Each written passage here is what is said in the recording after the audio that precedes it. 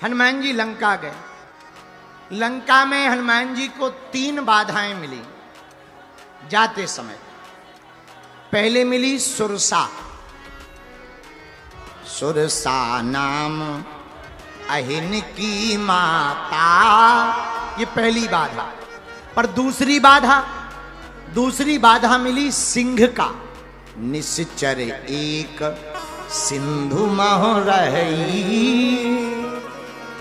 और तीसरी बाधा मिली हनुमान जी को लंकनी। 3 बाधाएं मिली। अच्छा देखो कितना अच्छा संकेत है इस कथा से। जब भी कोई भक्ति के मिलने के लिए या भगवान से मिलने के लिए भक्ति के मार्ग पर बढ़ता है तो 3 बाधाओं को पार करना पड़ता है। और जो तीनों बाधाओं को पार कर लेता है वही भक्ति माता का पता लगा पाता है। हनुमान जी ने भक्ति माता का पता 3 बाधाओं को पार करके किया, पाया। आहा, अब हनुमान जी समुद्र के किनारे पहुंच गए। बोलो सीताराम। पर्वत के ऊपर बैठ गए। हनुमान जी ने सोचा आ तो गए, लेकिन दिन में जाएंगे पकड़े जाएंगे, राक्षस बड़े खतरनाक हैं।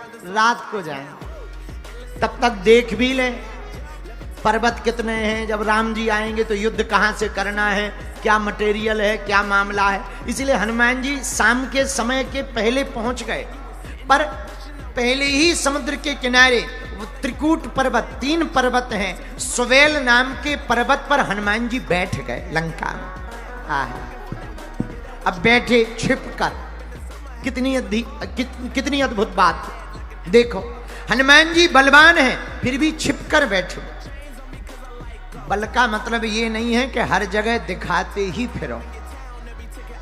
भक्त कई हमारे सेवादार ऐसे हैं, भगत जहां जाओ वहीं दिखते हैं। अच्छा सेवादार दिखते हैं, सेवा नहीं दिखती। सेवादार दिखते हैं, सेवा नहीं दिखती है। ऐसा सेवादार किसी काम का नहीं है कि जो खुद तो दिखे पर सेवा ना दिखे। सेवादार कौन है? सेवा दिखे पर सेवादार नहीं दिखना चाहिए। हनुमान जी यही है। हनुमान जी छिपकर बैठे। क्यों? अरे बड़ा काम करने के लिए खुद को छिपना पड़े तो छिप जाना चाहिए, पर सेवा को सामने आना चाहिए। हनुमान जी बैठ गए। अब हुई शाम। बगल में एक गुफा थी। जिस पर्वत पे हनुमान जी रुके एक गुफा थी। गुफा में हनुमान जी ने देखा एक कोई उल्टा लटका है। उल्टा जंजीर से बंधा है, उल्टा लटका है। हनुमान जी ने पूछा तुम भाई उल्टे क्यों लटके हो, बीमारी है क्या कोई? गुफा में उल्टा लटका हुआ व्यक्ति बोला हमें कोई बीमारी नहीं है। तो हनुमान जी बोले फिर बंधे क्यों हो? अरे बोले रावण के कारण। रावण के कारण क्यों? अरे बोले महाराज हमारा नाम शनि देव है। शनि देव तुम्हारी ये दुर्दशा। महाराज क्या बताएं, ये रावण बड़ा खतरनाक है। इसको डर है कि कहीं अगर हम सीधे रहे, दृष्टि ना कर दें, लंका बर्बाद ना हो जाए। तो ये इतना चतुर है, बड़ा बुद्धिमान है। जब सबको बंदी किया तो सबको तो अपने महल में बंधन में रखा है, लेकिन हमें यहां बाहर उल्टा लटका रखा। उल्टा। हनुमान जी बोले तो फिर कोई दिक्कत ही नहीं है। शनि देव बोले कैसे दिक्कत नहीं है, पेट की आंतें सिर में आ गई, तुम कह रहे दिक्कत नहीं है, हम हैरान है। हनुमान जी बोले वो तो अपने अपना प्रभाव है, कोई बात नहीं, आशीर्वाद है। अरे शनि देव बोलो हमें आशीर्वाद नहीं चाहिए, सीधा कर दो। हनुमान जी बोले वाह, हमने कहीं सीधा किया और तुम हम पे ही चढ़ गए। तुम्हारा भरोसा नहीं है कोई? तुम अपने गुरुजी के ऊपर भी चढ़ गए थे। तो शनि बड़ा खतरनाक होता है। कल के दिन हम सीधा करें तुम हम पे ही चढ़ जाओ तो आए तो है हम कुछ और काम के लिए, पता लगे बुद्धि और खराब हो जाए, हम भैया खतरा मोल नहीं ले सकते।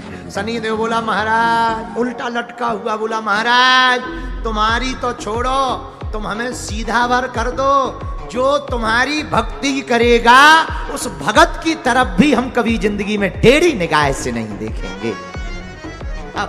बस एक बार सीधा कर दो, एक बार सीधा कर दो। लटके लटके पूरी सृष्टि उल्टी दिख रही है। हनुमान जी बोले कोई बात नहीं। हनुमान जी, लेकिन हनुमान जी बोले जंजीर बड़ी कड़क है, तो शनिदेव कहता है जंजीर तो हम भी तोड़ लेते, लेकिन रुद्र पास में की जंजीरें हैं, ये रुद्र नाम का बंधन है। हनुमान जी बोले तो कोई दिक्कत नहीं। हनुमान जी ने एक स्पर्श किया, जंजीर खुल गई, शनिदेव सीधा खड़ा हो गया। तो शनिदेव कहता है महाराज ये जंजीर तो रुद्र पास का बंधन है, शिव का बंधन है, इसे कौन तोड़ सकता है? हनुमान जी बोले उनमें और हम में अंतर ही क्या है? शंकर सुमन केसरी नंदन, शंकर जी ही हनुमान जी महाराज। शनिदेव बोला जय हो जय हो। हनुमान जी बोले काओ कैसो लग रहा हो?